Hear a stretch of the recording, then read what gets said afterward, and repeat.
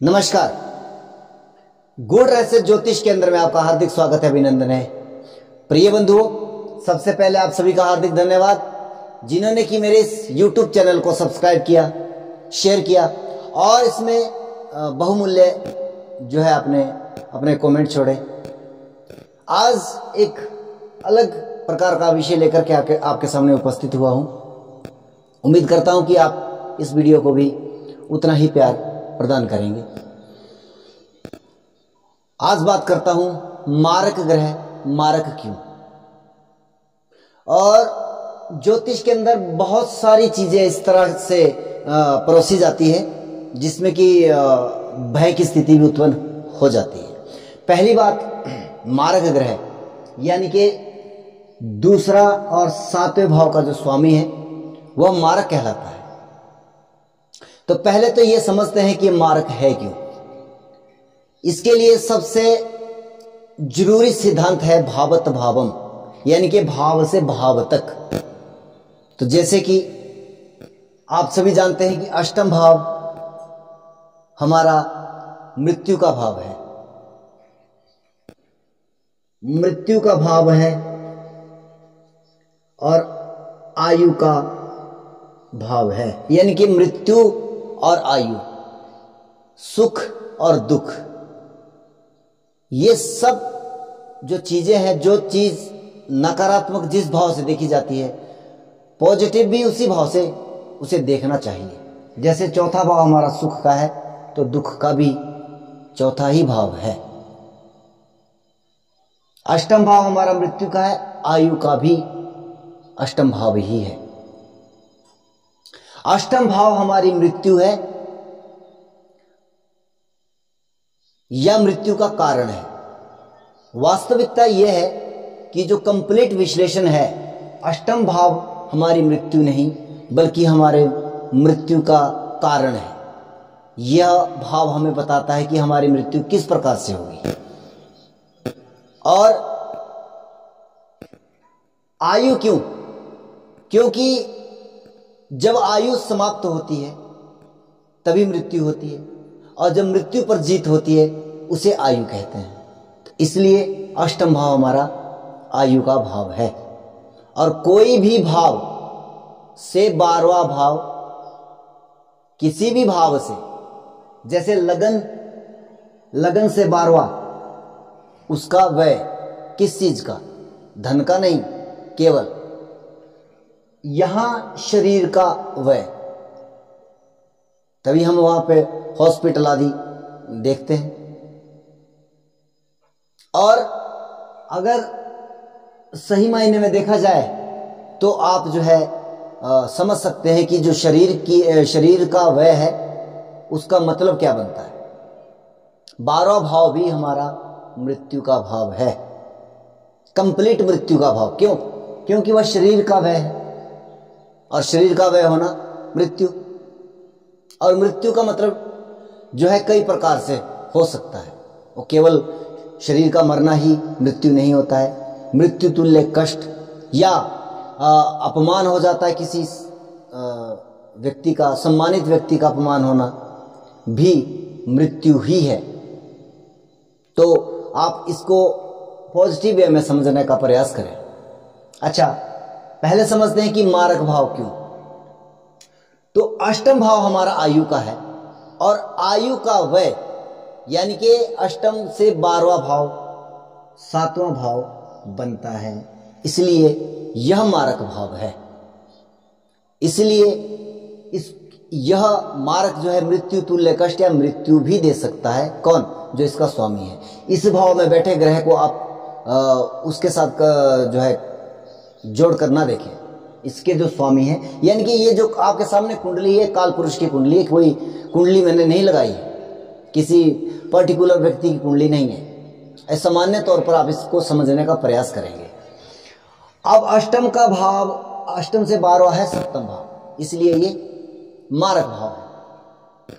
और फिर अष्टम से अष्टम 1 2 3 4 5 6 7 8, अष्टम से अष्टम हमारा तीसरा भाव है। तो यह भी हमारा मृत्यु और आयु का भाव है, भावत भावम। और इसका भी जो व्यय करे वो दूसरा भाव, इसलिए जो है दूसरा भाव भी हमारा मारक भाव है। तो ये तो होगी व्याख्या कि ये मारक क्यों है, पर ये कब मारक परिस्थितियां निर्मित कर सकता है। सबसे पहली बात कि भाव बली होना। एक ज्योतिष के अंदर चर्चाएं होती है कि भाव बली हो गया। मान लीजिए लगन आपका बली है, सर्वश्रेष्ठ, इसमें कोई संदेह नहीं है। पंचम भाव आपका बली है, सर्वश्रेष्ठ, इसमें कोई संदेह नहीं है। नवम भाव आपका बली हो गया, बहुत बढ़िया, भाग्य बल हो गया। अब आप वही प्रिंसिपल जो है मारक भाव के लिए लगा लीजिए, ये भाव बली हो गया। क्या बली हुआ? मारक परिस्थितियां बली हुई। सप्तम भाव बली हुआ, मारक परिस्थितियां बली हो गई। तो जो जितना नेगेटिव हाउस है उसका उतना कमजोर होना अच्छा। मैं इस बात को कई बार कक्षा में भी पढ़ाता हूं कि दूसरे भाव का स्वामी दूसरे में, सप्तम भाव का स्वामी सप्तम में, ये पूर्ण बली हो गया, नहीं बैठना चाहिए। मानता हूं वो दूसरा भाव उसका काम है धन देना, कुटुंब परिवार हम वहां से देखते हैं, वाणी हम वहां से देखते हैं, वो चीजें भी देगा। और सप्तम भाव हमारा विवाह का है, व्यापार का है, पार्टनरशिप का है। तो ये सब चीजें भी सप्तम भाव से ही हम देखेंगे। लेकिन ये कब मारक परिस्थितियां निर्मित करेगा? जब इन भावों के भावेश, खास करके इन्हीं भावों में बैठे हो या इन्हीं भावों के भावेश उच्च स्थिति में बैठ जाए। मान लीजिए यहां पर शुक्र है, ये शुक्र है काल पुरुष की कुंडली में। देखिए सिद्धांत देखिए बहुत सुंदर। काल पुरुष की कुंडली हर एक व्यक्ति के ऊपर अप्लाई होती है। उसे रीड करना समझना एक अलग प्रकार का विषय होता है। हर कोई एस्ट्रोलॉजर इस चीज को भूल जाता है, और बहुत अच्छे जो ज्योतिषी हैं वो इस चीज को हमेशा लेकर के चलते हैं। अब ये जो अगर मेष लग्न की कुंडली काल पुरुष की कुंडली है और इसमें मारक भाव के स्वामी शुक्र हैं। अब ये मारक भाव के स्वामी स्वराशि के हो जाते हैं, कितने बली हो गए? ठीक है ना जी। और उसके बाद अगर ये उच्च का हो जाता है तो मैंने कहा कि 12वां भाव भी मृत्यु का भाव है।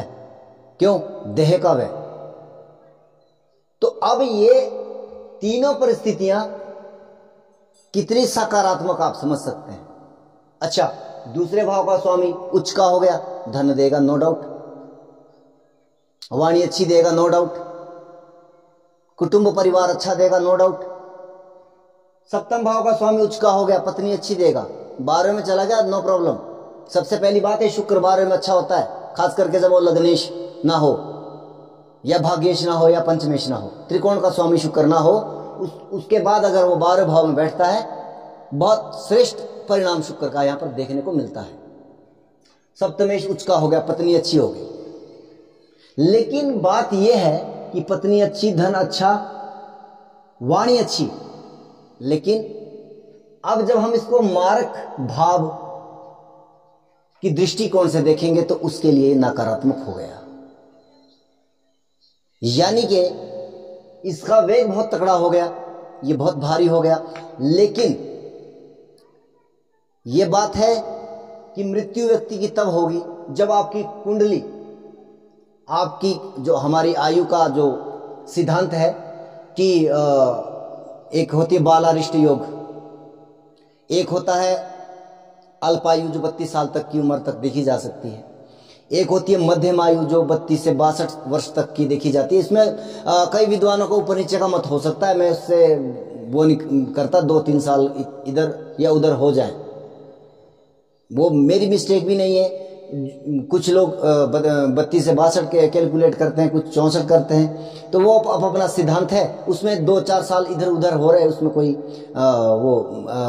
मेजर इश्यू नहीं रखता है। आप केवल समझने का प्रयास करें। उसके बाद 62 साल की आयु के बाद जो है वो पूर्ण आयु मानी जाती है। अब 80 साल तक जो है वो लगभग आप पूर्ण आयु मान लीजिए। उसके बाद जो परमायु हो जाती है शुरू 120 साल तक, तो शायद वहां तक तो पहुंचना बहुत मुश्किल होता है। अब वो कुंडली, जब पूरी कुंडली रीड की जाती है उसके अकॉर्डिंग वो निकलती है, ये वो चीजें। हालांकि मैं आपको ये नहीं बता रहा हूं कि आपकी मृत्यु का समय कब होगा, लेकिन अब वो जो कैटेगरी बन रही है 32 साल तक की अल्पायु है, या 32 से 62 साल की है, या 62 से 80 साल है, या 80 से 120 साल है, जब वो कैटेगरी आपकी आयु की शुरू होती है तब भी वहां पर एक प्रश्न चिन्ह लग जाता है कि अब कब मृत्यु हो सकती है। तब अगर मार्ग ग्रहों की दशा आरंभ होती है, उस समय में जो है वो एक रोल अदा कर सकती है, या मृत्यु तुल्य कष्ट आपको हो सकता है। मृत्यु जरूरी नहीं है, और ना मैं यहाँ पे आपको मृत्यु कैलकुलेट करके दे सकता, और ना मैं दूंगा, और ना कोई एस्ट्रोलॉजर आपको आयु आपकी गणना आपको देता है, क्योंकि इसके पीछे का भी बहुत तगड़ा रीजन होता है। सब चीज़ें मानसिक परिस्थितियों के ऊपर निर्भर करती है। लेकिन मैं उस एक अविश्वास की बात करना चाहता हूं कि कभी मत घबराइएगा कि मेरी मृत्यु मारक दशा चल रही है। अगर आपकी आयु 62 साल की है और मारक ग्रह की दशा आपकी 32 से पहले आ रही है, तो क्या होगा? वो आपको वैवाहिक जीवन अच्छा देगा, धन आपको देगा, वाणी की व्यवस्था अच्छी रखेगा, वो भी तो उसका कारकत्व है ना, उसने वो चीजें भी तो देनी है आपको जीवन में। अच्छा, दूसरी चीज, अगर इन भावों में ना बैठ करके अनदर भाव में बैठे हैं, तो आप जो है फिर इनको कैलकुलेट करिएगा। एक तो दशाओं में इसको कैसे कैलकुलेट करना है। अगर मारक ग्रह की दशा चल रही है, तो जब अंतरदशा भी दूसरे मारक, क्योंकि अब चलो इस कुंडली में तो दोनों शुक्र ही है, तो यहां सबसे ज्यादा डेंजर सिचुएशन हो जाएगी शुक्र के अंतर में शुक्र। और अगर मान लीजिए कोई और ग्रह है, दो ग्रह अलग अलग ग्रह है मारक आपके, तो किसी एक ग्रह की जब दशा चलेगी, और आपने मेरा पहला वीडियो देखा होगा यूट्यूब पर कि सहधर्मी नियम, सहधर्मी का मतलब होता है कि जिनका एक धर्म हो, मारक ग्रहों का एक धर्म है। तो जब किसी एक ग्रह की दशा चलेगी और दूसरे की अंतरदशा चलेगी, वो एक पर्टिकुलर टाइम होगा जहां पर आपको मृत्यु तुल्य कष्ट हो सकता है। दूसरा सिद्धांत कि अगर इनका त्रिषडा, इनके 3, 6 और 11 भाव के स्वामी के साथ संबंध बन रहा है, दृष्टि संबंध बन रहा है, युति संबंध बन रहा है, तब तो ये लगभग जो है बेहतर, इतना नकारात्मक नहीं होगा। लेकिन अगर इनका संबंध ना बन रहा हो और मार्ग ग्रह की दशा में अगर त्रिषडा लौट की दशा आ जाती है, अंतरदशा, तो वह समय भी आपके लिए मृत्यु तुल्य कष्ट दे सकता है। या द्वादशेष की अंतरदशा आ जाती है, या द्वादशेष की दशा में मार्ग ग्रह की अंतरदशा आती है, तो वहां पर मृत्यु तुल्य कष्ट होने की संभावना है, मृत्यु नहीं। मृत्यु के लिए बहुत सारे फॉर्मेट और देखने पड़ते हैं। उम्मीद करता हूं आप इस चीज को समझे। मार्केश का मतलब मृत्यु ही नहीं है। मृत्यु एक पर्टिकुलर समय है, वो निर्धारित करने के लिए बहुत माथापच्ची करनी पड़ती है, तब जाके वो चीजें निकल के आती है। हाँ, मृत्यु तुल्य कष्ट हो सकता है, तो इसके लिए अगर आपकी मारक भावों की स्वामी की दशा और उसमें वैश की इनके द्वादशेष की अंतरदशा, या द्वादशेष के अंतर में मार्ग भाव की दशा चल रही है, और या आपका त्रिषडाय से मार्ग भाव का संबंध नहीं बन रहा है, उसके बावजूद मार्ग ग्रह की दशा में त्रिषडाय भाव के स्वामी की दशा अंतरदशा चल रही है, तो वहां पर आपको संभल करके रहना चाहिए, क्योंकि वहां पर मृत्यु तुल्य कष्ट होने की संभावना है। आपको यहाँ पर और केवल इस चीज के लिए महामृत्युंजय मंत्र का जाप या तो स्वयं करें या किसी एक विद्वान ब्राह्मण के द्वारा वह करवा लें। जय सिया राम। बहुत बहुत धन्यवाद अंत तक वीडियो देखने के लिए।